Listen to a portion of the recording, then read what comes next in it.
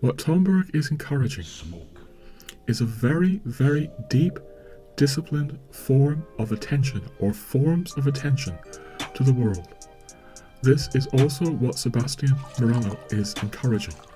The more we have silence in our soul, what Tomberg speaks about as a zone of silence, in other words, the less our attention is cluttered with our own agendas, our own biases, our own prejudices, can we listen to another human being, for example, with a certain level of silence in our soul, a silence that doesn't judge them, that doesn't interpret them, but just seeks to be aware of them.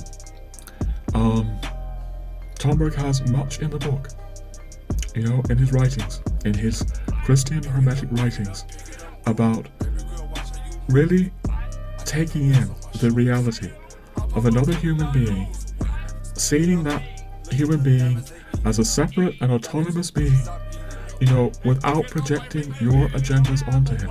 This is the work of love, and it's a very deep and difficult work, because we are so fallen, because we are so radically broken and fallen. And he suggests that we need both the church, the sacraments of the church for this, and silence. And I want to read you just a little bit from Tomberg's opening letter in his meditations, which he says is the key. This meditation is the key to all the other meditations.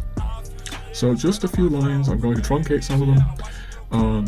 Concentration as the faculty of fixing maximum attention on a minimum amount of space, he writes, and he quotes Goethe here, saying that Goethe said that anyone who wants to complete something of worth and of skill quietly and unceasingly directs the greatest force upon the smallest point is the practical key to all success in every domain. Tomberg is saying concentration. But usually it takes effort. It takes effort to concentrate. Tomberg is suggesting that there is a form of concentration that doesn't take effort. He relates it very deeply to love and what he calls the moral purification of the will. I find myself when I have entered into the deepest concentration without effort, it is thanks to the sacraments of the Church. And Eucharistic adoration is also something very, very key for me in terms of dropping into, letting go, entering into this silence. So much might be said here.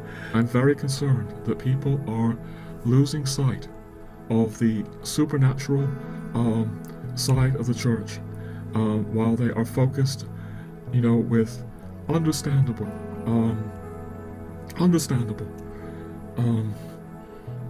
anger and pain about what's going on in the Church.